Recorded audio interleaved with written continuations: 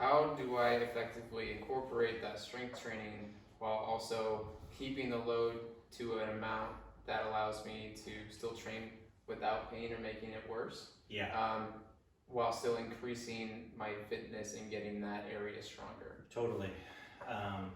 Those are really good questions, and I'm going to be super honest with you. I think it really is an N of one issue. I think everybody is a little different, and so as a therapist,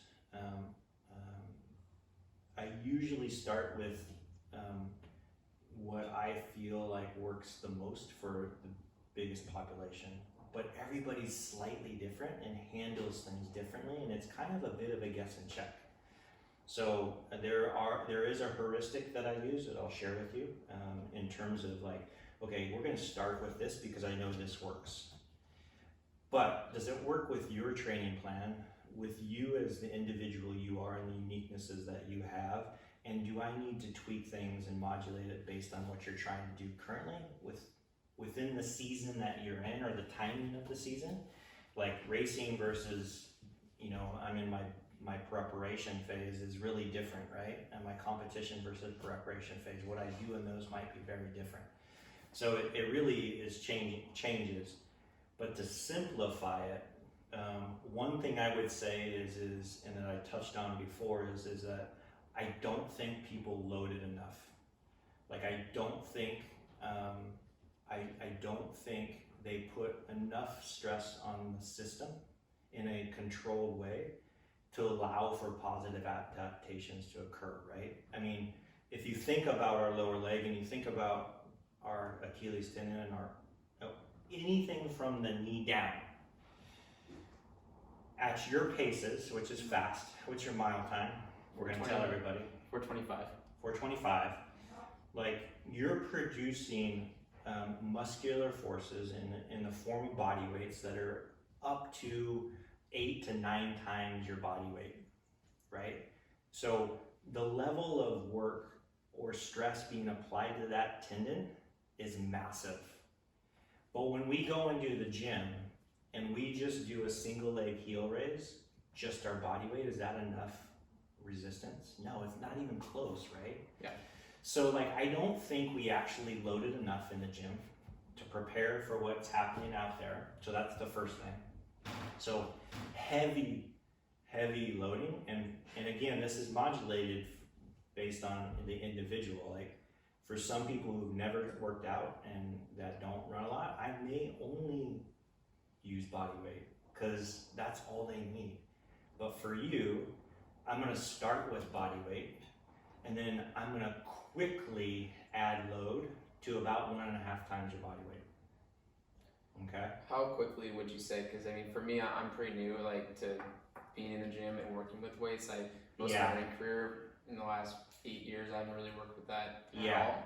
Yeah. And so I think that's what's led to a lot of my injuries. So now going into that, how do I go up without getting too into it? Yeah, and it's kind of like training, right? So maybe the best question is to ask a question, to answer it with the question is like, how do you train? Like, what do you do when you're training that allows, or what's the signal that tells you that I need to progress in terms of what I'm doing? Right. Probably just when things just feel like I'm not getting a lot from it. Like I just feel like it's not pushing me hard enough, or it's really this kind of the same.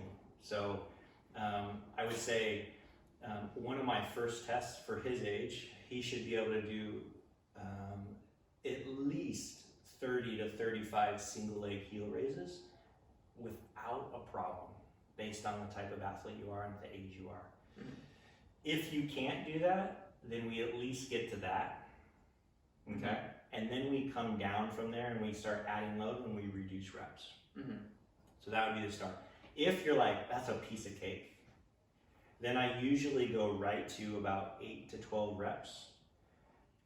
And this is really simple because you don't even need to know 1 repetition maxes or 8 repetition maxes. All you need to know is like by the 8th rep or 12th rep, it's really hard. It's as easy as that. Yeah. And when that gets easier, what do? You move on and add more weight. That's it. Like, it's super simple, right? So the idea would be like, can we get around 5 to 8 reps, and it'd be really hard. Can we keep it super simple? Can we do like a standing bent knee heel raise with a single leg standing bent knee heel raise with lots of load? 3 times 8 to 12 reps, the 8th to 12th rep being really pretty hard. Can we do something seated, bent knee with a weight that's pretty hard? Done. Like, let's keep it super simple. There's another piece to this, and the piece is like, how do I fit this into my programming? Like, do I do it on an easier day? Do I do it on a harder day? What are the ramifications of both? And these are all really good questions, and I think they can change for an athlete depending on who they are and what time of season they're in. But I would say that I think most of us are overtrained and under-recovered, and so I really prioritize recovery. And if they're meant to have an easy day, I want that day to be completely easy. And if they're meant to have a harder day, then I'm probably going to throw some of that in and inoculate that strength piece at that time after a workout. Gotcha. And that's how I would think about it. Again, it may change, and it may change based on the level of pain that they're having. So whereas maybe the athlete isn't doing anything from a quality or hard workout standpoint, and I might want to just throw some of that stuff within on a day that's relatively easy, just in general, right? Because every day is probably pretty easy at that point. The next question people have is like, what's the necessary recovery time to allow for adaptation to occur within a tendon? Yeah. That was a good question. So 48 hours. So basically, like, I can have a workout on Tuesday. I can probably have another workout on Thursday. Again, this may be different, but I think a 48-hour rule is probably a really good rule to have. And this is why I like to pair it with a hard work, because if you do an easy workout, you pair your strength stuff on an easy day, and the next day you're doing a hard workout. Like, there's not a lot of, you're already under recovered going into that, because you just lifted to a certain extent from a tendon standpoint, and then you're gonna go ahead and beat it up again 5 times, 800, like 8 times 800 at whatever pace you're trying to run it at, right? So I like to really simplify it and break it up. So to clarify, 48-hour rule, twice a week.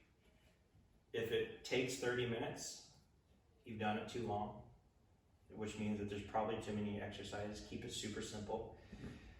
Do 3 to 4 sets, 8 to 12 reps. On the 8th or 12th rep, it should be really hard. Be done with it. Okay. If the pain level rises above 4 to 5, then I need to unload a little bit and find that zone where, like, I'm okay. Mm-hmm. And if after you're done, it should back down within 24 hours to baseline.